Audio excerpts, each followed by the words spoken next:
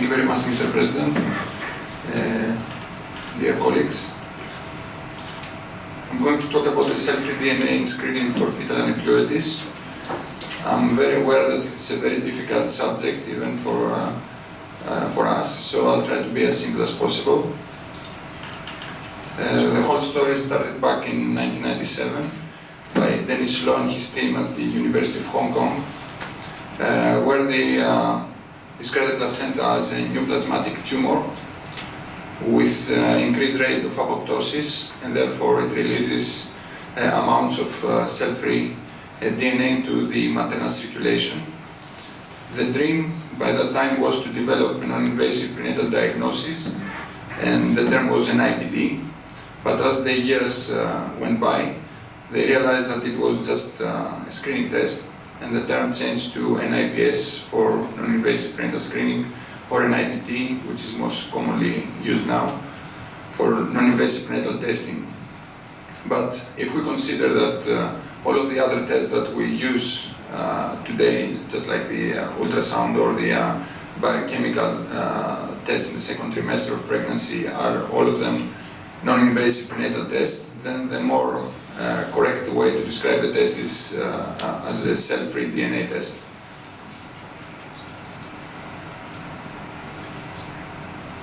What are the goals of a non-invasive prenatal test? It should be to reduce the risk to fetus, to reduce the anxiety of the parents, to increase the detection rate, to reduce the false positive, and may I remind you that in prenatal diagnosis, false positive rate equals to the number of amniocentesis or CVSs that we have to do to diagnose.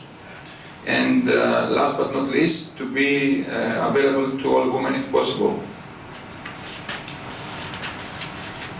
Now let's see the basics of this test. It comprises of two components. The first fraction is the maternal fraction, and the second one is the fetal fraction, which is actually a placental fraction. And because under current technology these two fractions cannot be separated, we have to remember every time that we test cell-free DNA into the maternal circulation that we basically test both the fractions together. So if for example, the maternal genotype, is not normal, like in cases of maternal mosaicism or cancer, or if the placental fraction is not identical to the fetal fraction, for example, in cases of placental mosaicism, then the test might get a false result, and therefore this test cannot be diagnostic at the moment.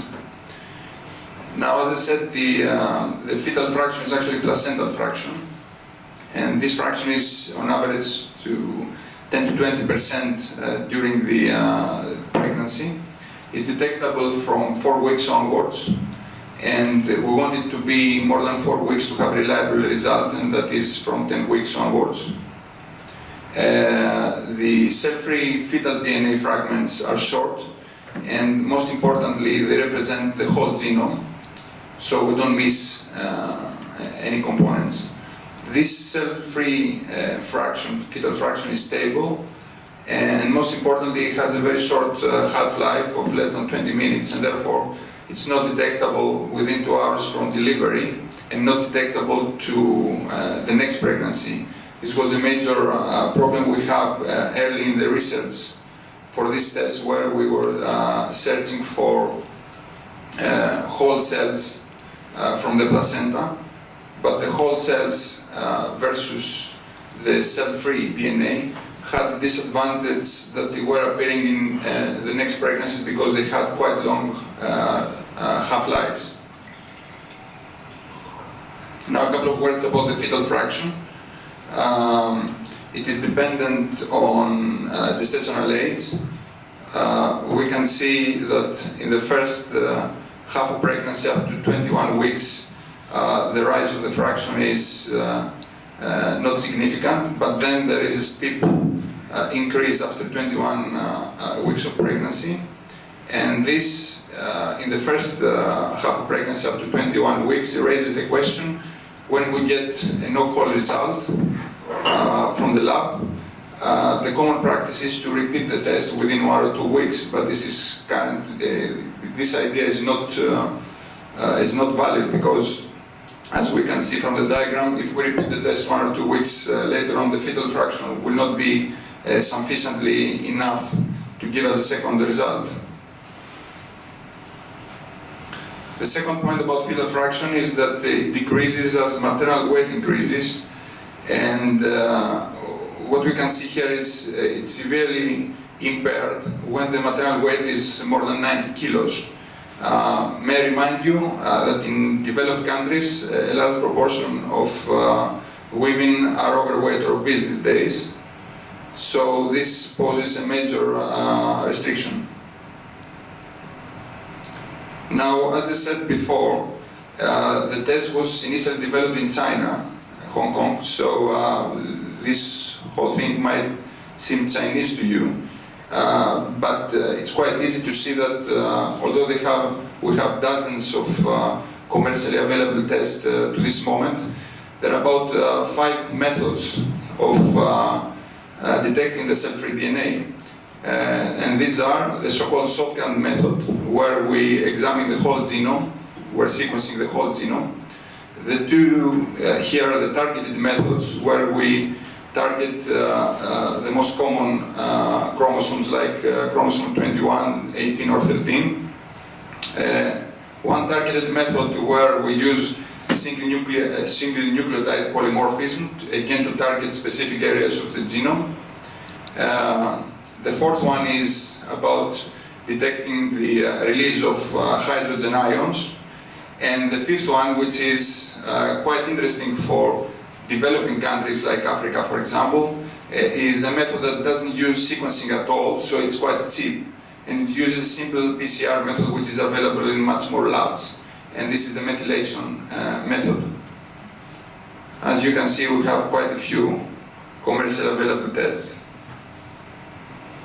The most commonly used method is the shotgun method, which is the sequencing the whole genome, where basically there are quite a few steps. It's a complex method, and it uses quite complex bioinformatics, and therefore we have too many steps, and it could introduce error and bias. So, what are the test selection criteria among all these dozens of tests?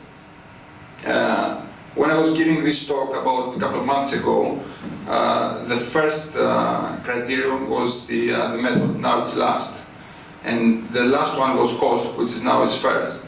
What happens is, as the test is getting better and better, the detection rates are getting higher, then it doesn't really matter which method you use in each test. What matters is how cheap a test can be, so in order to use it in most women. So first one is the cost.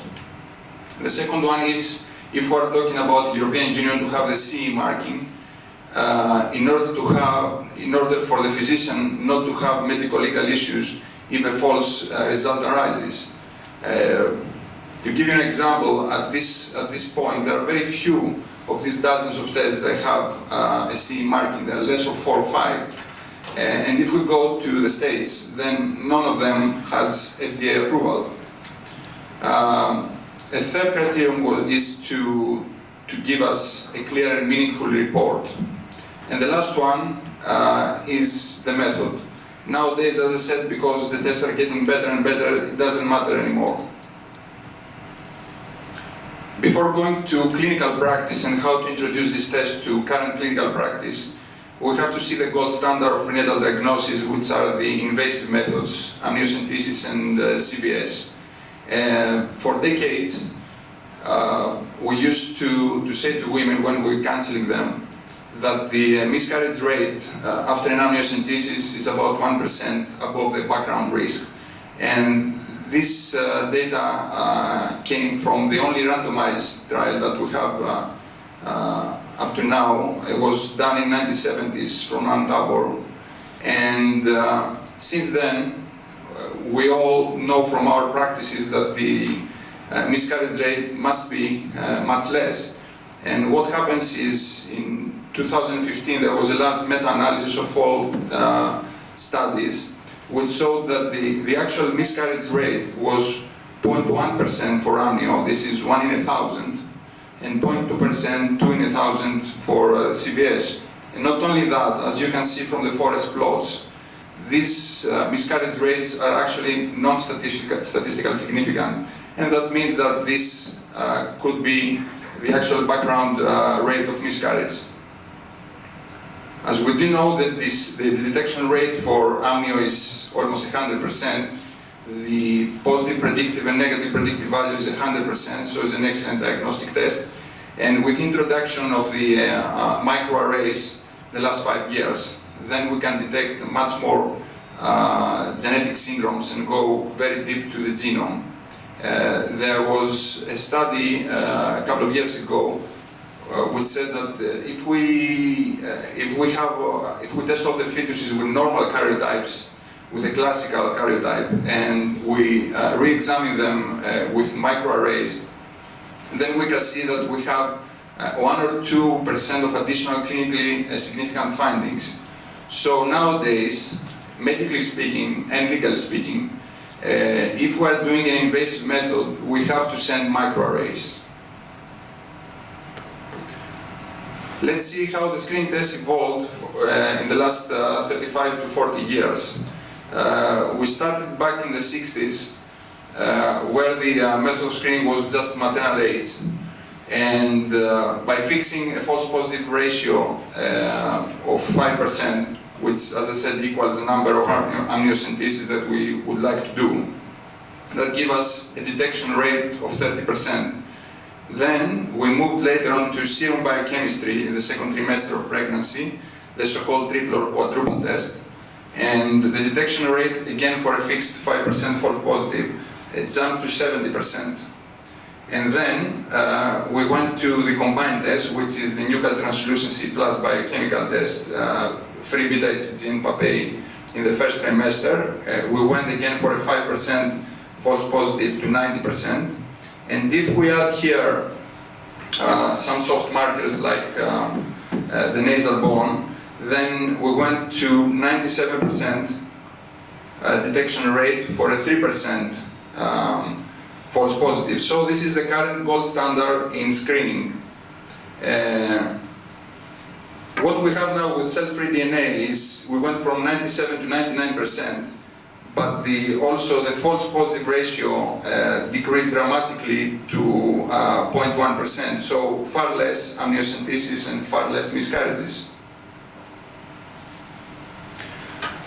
Now let's review the latest data on the test performance. This is not published yet, it's accepted article. And what it shows is that the detection rate for the 3 common trisomies, trisomy 21, 18, and 13, is excellent. It's more than 99% for 21 and 13 and 98% for 18. If we add up all these false positive, the false positive rates, the total false positive rate is 0.1%, which is quite good. And now we have enough cases for trisomy 21 and trisomy 18 to know that the performance of the test is independent of the method, is independent of gestational age, and independent of the risk of the population. For trisomy 13, the cases are few, but there's promising results. But when we go to sex chromosome aneuploidies and the twins, now we don't have enough cases yet. What happens with no-call results? We send the test and the answer comes back as a no-call. We don't know what's happening. That happens nowadays in 1% in singletons and about 4 to 5% in twins. This no-call result is increased in obese women, in twins, and IVF. So this, in these 3 situations where we would have wanted a result, we don't get it actually. The causes of a no-call result could be sample handling, something went wrong with the sample, an analyte failure, something went wrong at the lab, and the low fetal fraction. As I said, if it's less than 4%, then we usually don't get any results at all. So if we retest a no-call result, and the reason was a sample handling, then almost always we get a second result. If the problem was with the analytes, then again we get 75% result. But if the failure was due to a low fetal fraction, we only get a second result in 50% of the cases. And if we go back to physiology, we should remember that in case of trisomy 18, 13 and other cases, these fetuses have small placentas, and small placenta means low fetal fraction.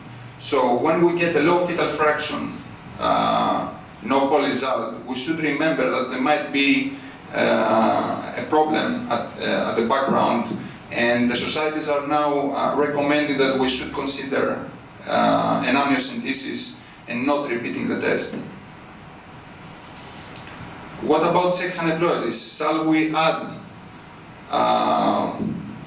more aneuploidies in the test apart from the common trisomies? Well, we have to remember that fatal Turner syndrome is easily detectable by ultrasound. Most of the other sex aneuploidies are mild and without mental disability. 50% of them are mosaics, and with high numbers of maternal mosaics.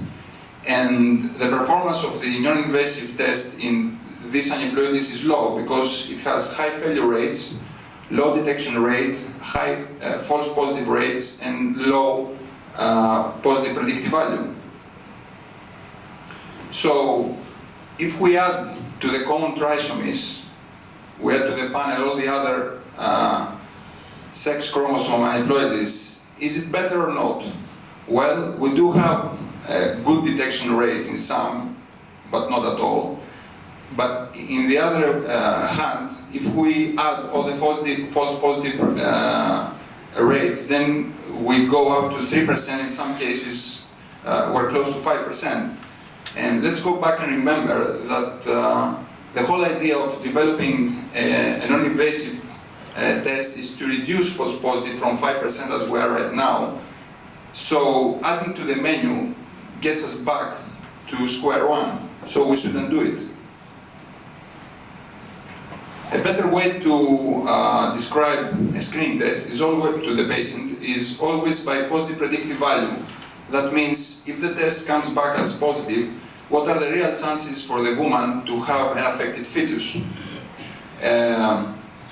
The positive predictive value can be calculated by detection rate, false positive rate, and the prevalence of the disease to the known population.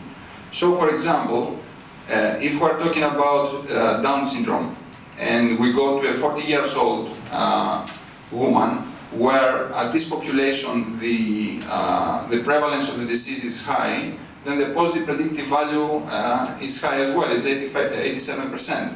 But if we go at a 25-year-old woman where the prevalence is less, then the positive predictive value is only 33%. And the same stands for the other trisomies as well. So in an average, the positive predictive value of the test is about 60%.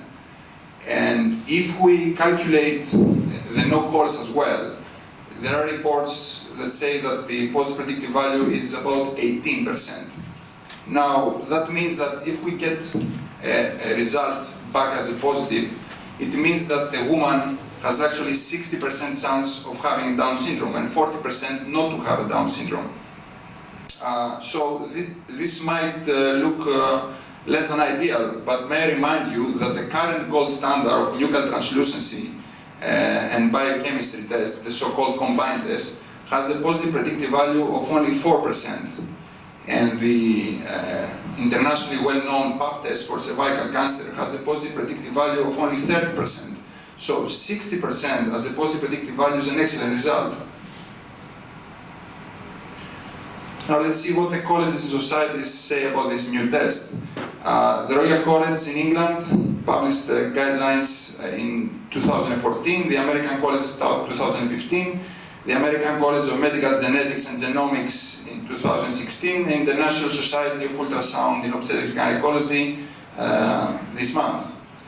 Let's go and review the last two ones.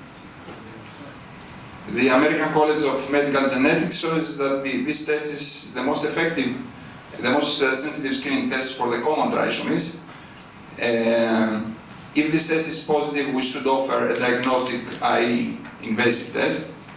Now the report should be clear and should provide detection rates, specificity, positive predictive values, negative predictive values, fetal fraction, and if there is a no-call result, the reason for it. Now, to my experience, and as far as I know, I haven't seen any report having all these numbers. Another point is, do not use the cell-free DNA test for autosomal aneuploidies, because these are quite common, but they result in first trimester miscarriages anyway, so there's no point of testing that. If we have significant obesity, then we should offer other screening tests and avoid this test due to low fetal fraction. If we have a no-call result due to low fetal fraction, then we should offer a diagnostic test and not repeat the test. And we should always remember that we might have a no-call result due to long stretches of homozygosity, and these are the cases of uniparental disomy or parental consanguinity.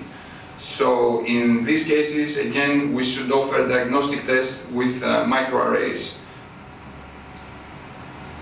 Inform the patients of the availability of screening for sex chromosome aneuploidies, but do not screen for them. Multiple gestations and cases where we have donor oocytes, we have to contact a specific lab regarding their validity. If we have to cancel patients that we might have unanticipated findings, like problems with the genotype of the mother or cancer in the mother. We have multiple reports from the States of detection of cancer in the mother with this new test. And we also have to remember that if the mother had a recent bone marrow organ transplantation or a blood transfusion, we should avoid this test. Now let's see the guidelines from the ISWOG. The first one is a very important point. All women should have first trimester ultrasound. There is a trend in the States in the last couple of years, since 2011 when the June test was available commercially. Women are not doing their scans. They just do the new thing, the new test, so we're missing important information. When we have an increased nuchal translucency or we see an ultrasound anomaly, then we should not do cell-free DNA. If it's already done, then we should not use it. If we have a negative result on the cell-free DNA test prior to the ultrasound, then we still should measure the nuchal translucency as the raw number and give the centile. We should not do, though, a risk calculation, and we should not pay attention to soft markers. If we do have a negative cell-free DNA test prior to the ultrasound, and we do find an increased nuchal translucency, then we have to manage the patient according to local guidelines, because this is not clear yet. Now, in cases that we do not have a prior cell-free DNA, but we do have a normal ultrasound, which is the most common case, we do have three options. The first option is to stratify the risk by the combined test, the nuchal translucency biochemicals and soft markers, and we should stratify women to either high or low risk or high, intermediate or low risk with cutoffs that we're developing locally, and to manage them accordingly. So if the risk is high, then we should do an invasive test. If the risk is low, we shouldn't do anything, and if the risk is intermediate, we should do a cell-free DNA test. The second option is to use the cell-free DNA test as a first-line screening test to high or intermediate risk populations. But the data show now that we may also use them in low-risk populations in the near future. And the third option is to don't use the test at all and do an amnio or an invasive test to all women. And this is based to the very low miscarriage rates that we know now that the invasive tests carry, and also to the breadth of information that we get with the microarrays. But this last solution, due to the high cost, is still restricted to trials. If we get a no-call result, then there is increased risk of anomalies. If we get an abnormal cell-free DNA, we have to confirm by invasive test. Again, in the States, in the last few years, we had a wave of termination of pregnancies due to a positive cfDNA test without confirming it with an amniocentesis. cfDNA test in twins, we still don't have the numbers. cfDNA from different commercial providers, we have to investigate to see what is available locally. And cfDNA for other syndromes is not recommended. At the end, I'm going to discuss the three clinical application models that we have at this time. Model number one is the universal screening, where we use the cfDNA test as a first-line screening test, and we stratify women to screen positive, screen negative, and women with a no-call result. If the test is negative, then we do nothing. If the test is positive, then we go for an invasive test. And if we get a no-call result, which is 1 to 5% of the population, then we use the nuchal translucent biochemistry test, the combined test. And if this one gets us a high risk, we go for an invasive test, or a low risk, we don't do nothing. If we use model number one, then we get the highest detection rate of all, up to 99%, but also the highest cost, because the cfDNA test is costly, and we use it to all women right here. And also, we get here the highest amniocentesis rate. But let me remind you that this invasive testing rate of 1%, it's nothing extraordinary. Model number two, we use as a first-line screening test the current combined test, which is nuchal translucent biochemistry, and we stratify women to high risk and low risk. Low risk, we don't do nothing. High risk, we do the cfDNA test. And if that is positive, we do the invasive test. If that's negative, we don't do anything. If we use model number two, then we get the lowest cost, we get the lowest amnio rate, but also we get the lowest detection rate, which is something between 86 to 89%, which is same as the current combined test. So there is no point of adapting model number two. And model number three is if we use as a first-line test the current test, the nuchal translucency and the biochemistry combined test, and we stratify the population into three risk categories. High risk, where we do straight away an invasive test. Very low risk, where we do nothing. And intermediate risk, where in this population we do the cfDNA test. Again, if screening is positive, we do the invasive test. If screening is negative, we don't do anything. And if we get a no-call result, then we get the results that we already have from the combined test and use them to stratify to high risk and low risk. If we use model number three, then we get an intermediate cost, an intermediate detection rate to 97%, and an amnio rate of 0.9%, which is actually similar to 1% of option number one. So this is a good model for public health services. And the question that rises the last year or so is either should we do primary screening to all women using cfDNA test, or shall we do invasive test amniocentesis to all women? Thank you very much. Thank you.